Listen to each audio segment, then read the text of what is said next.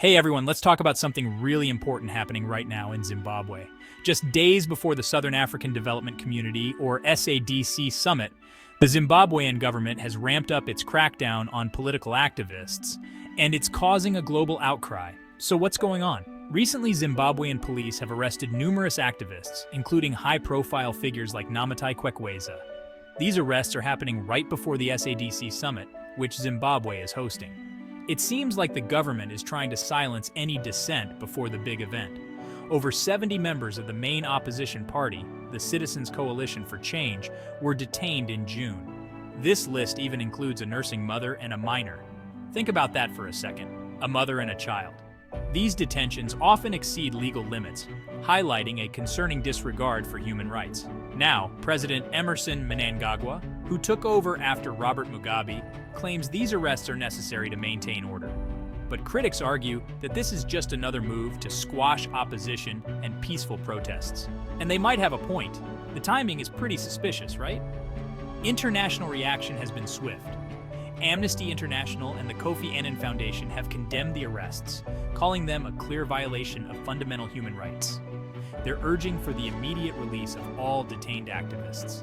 The UN Special Rapporteur on Human Rights Defenders, Mary Lawler, has expressed deep concern over reports of abuse.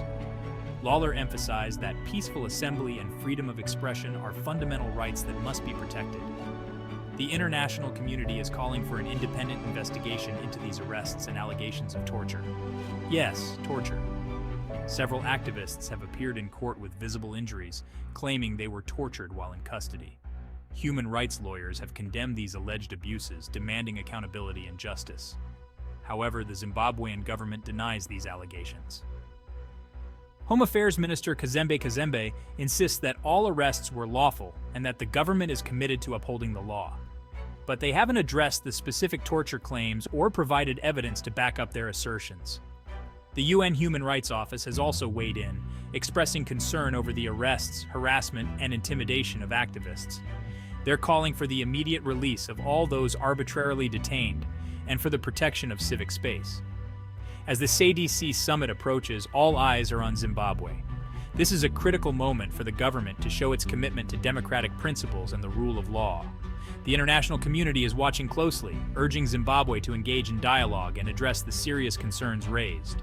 So what can you do? Stay informed, share this information, and if you can, support organizations that are fighting for human rights in Zimbabwe.